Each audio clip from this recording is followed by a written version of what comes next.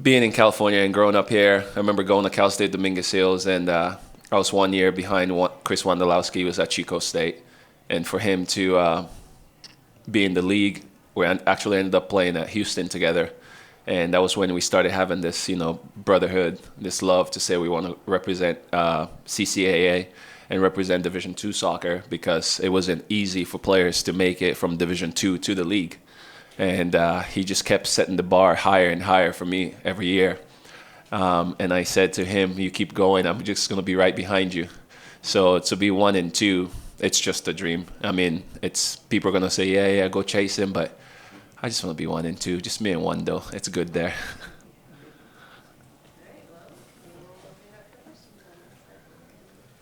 Congrats, Kai. Awesome. You, at 39 years young, you are still leapfrogging over defenders and finding the back of the net. Talk to us about how much differently your approach is to the game now versus when you first got started.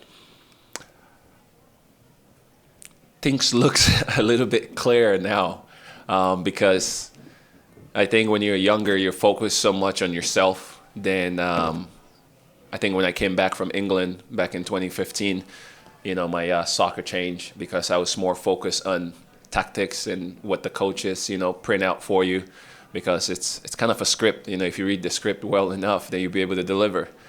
So when I started connecting those dots, the game, was a bit more clear to me. So I appreciate it more also, being a family man. I know I'm playing for the kids, because every day they're like, dad, they're celebrating, and they're friends at school. So you appreciate a lot of things, more. So for me to be able to celebrate that, it's good. But I want to always set bars for the younger guys in the locker room, because when I come in and I train with them every day, being that young that I am too, it's putting pressure on them. Yeah. Hi, Kai. Congratulations. On Wednesday, you said that your teammates were celebrating it more than you. I'm hoping today you're soaking it in a little bit more. Steve mentioned that you had a few words for your teammates. I was wondering if you could share what you kind of said in the locker room to your teammates. It's just like you just say, locker room talk. Can't bring it outside. But it's great. It's great. To me, that's what it is. I celebrate with the guys. I can't score that many goals without people passing me the ball. I'm not a player that gets the ball and dribble all the way, but to have those connections with all those guys around me, I give them trust so that, they can also believe in my abilities. Yeah. Your family here tonight, and you be able to find them after the goal? And I have a bunch of families all over the place.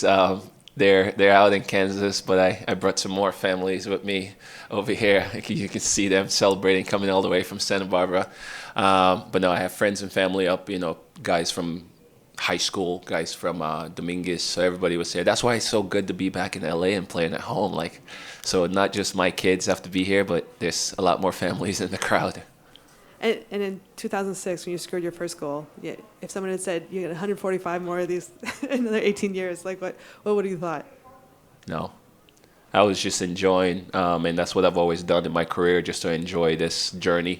To reiterate, to come from Sierra Leone as a Muslim refugee to this country and becoming a U.S. citizen and having this opportunity to do what I love doing, it's a blessing. It's really a blessing. I went to, Lunzinger High School here, Cal State. I'm getting soft. So to come back to LA, it's full circle, and I don't want to stop now because I feel too good. So I'm just gonna say that before I get softer. Yeah. Previously, when we spoke, you said you didn't come here to score goals. You came here to win. Obviously, now the chance to do both with this team. You've been with this group since the end of March. What do you see out of this club? This is a championship club. What do you view about what you guys are capable of? This club has made their own history before, a player like myself joined in this team. But yes, I will sacrifice, all my goals to win one trophy and say, I won the MLS Cup. So to see that this club has lived that before, when I had the opportunity and the phone call to say, come to LA and be part of this club, that's the only thing that was in my mind, was that I'm going to be part of a group that's going to compete for a championship. And you already told us, but I have to ask you again. 171 is not something that you're striving for. You're not allowing yourself to think I can play that long. not. I can reach that mark. No. No, I'm not. I'm not. Definitely, I'm not. And I'm not gonna be not try to sugarcoat anything. I'm not shooting for 171. I always just, when you're so close to 145, it's like you want to get there. You want to get next to that person and be done. So it's nice that 171 is really far away, so that I don't have to think about it. Hi, Kai. Got two for you. One is, if we go back 10 years, could you have seen yourself playing this long at that time? Yes, I'm going to say so because 10 years was not that far ago, because 2 days ago I celebrate my 10-year anniversary, so 10 years is really short. But when I first was in Columbus and my roommate Ezra Hendrickson, he was just retiring, playing his last years. And at that time, I was about 21, 22. That's when I told myself I want to play until I was 40. And making the right sacrifices. I took care of my body and did the right stuff, and I've been blessed to stay healthy. But then when you get to here, 39, and I feel so great, I can't put a cap on it. But I'm just chasing, something bigger than goals. Yeah.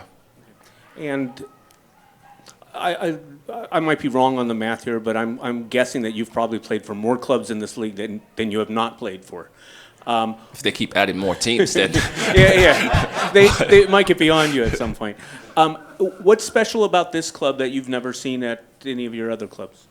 Oh man, yeah, that's everyone in the league sees that, or every player in the league sees 32-52.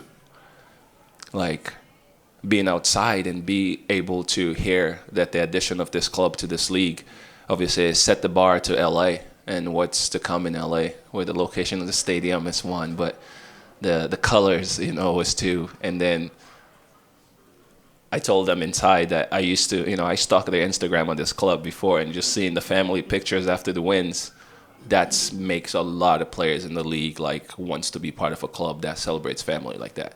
So that's like, I don't know, I always wanted to be part of that picture. And then now, I get to be part of that picture. So it's kind of cool.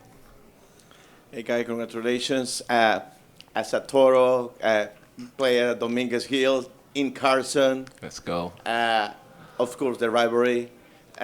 Is that mean passing Landon, Donovan, another historic, not only in the MLS and the Galaxy, does it mean extra special to you? And are you aware wearing the black and gold colors and doing the historic record, it means extra special? You make a lot of people happier?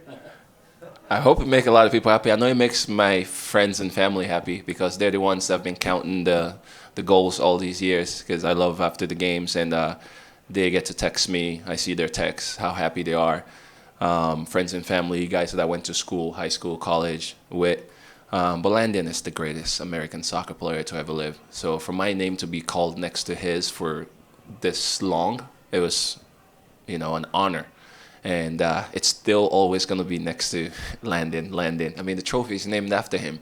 So when I get to be mentioned next to a great soccer player like that, it's kind of cool. Yeah, I'm a fan. I remember in the off-season, we used to work out here at the Home Depot Center. I think they have a different name now.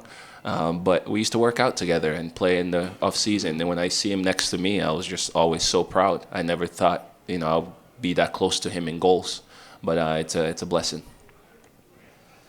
Kai, congratulations on the milestone. Your first few seasons in the league, there was a striker named Juan Pablo Onel that was leading the league in goals every now and then.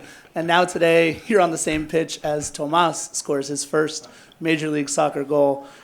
What is it like to have that kind of a career? I mean, you'll obviously step back and think about this later, but just that kind of a moment, being one of the veterans in the entire league, just being able to be here for that. That's a good question.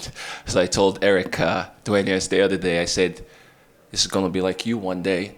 You're going to be playing, and my son is going to be right next to you, so you remember that. Because it was actually comparing, not just talking about Thomas, it was comparing the last game we were in Austin and telling him I was in the locker room And when, Wolf's son was running around, or Berhalter's son was running around, and then now I'm playing against them. So to be in the locker room, I told Eric that he's going to be in the locker room with my son one day. But to be next to Tomas, I didn't know, that was Juan Pablo Onel's son. And one day he came in and visited the locker room, and somebody said, "You didn't know that's his son?" I said, "Are you kidding me?" I felt so old. And it was great. So I tell him, and every time me and him talk, I'm like, this is crazy. Like, I used to compete against your dad. He scores a lot of goals. We used to chase him, and then now me and you are strikers. But it's good, and I'm happy I'm able to set bars that he can see too and say, I wanna be like that.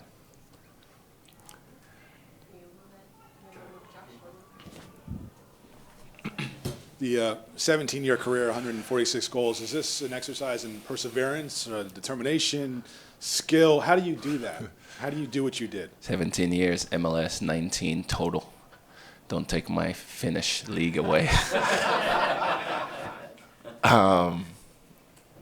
Consistency is key to the younger players, and making sacrifices about what you want to do. And I say, coming from Cal State Dominguez Hills, was about trying to set you can make it from anywhere. You don't have to be at Division I soccer to make it. That was what I told the coach there, that I will make it from there. So being in the league was about that consistency, year in, year out, and to try to push it when I told myself I want to play for as long as I said I want to play. So there's a lot of pressure to it, because every club you go to, I've been traded a lot, not that it's your choice, but every club you go to, you have to prove yourself. And even with the guys here, yes, I'm one of the veterans, but I feel like I wanted to prove myself to them so bad so they can trust me and so I can be part of this group. So hopefully, I keep working on that, and they can have a little more trust in me, not just to score goals, but just trusting me that I'm going to help the team, because the bigger goal is, again, it's the MLS Cup. So I want to be part of that.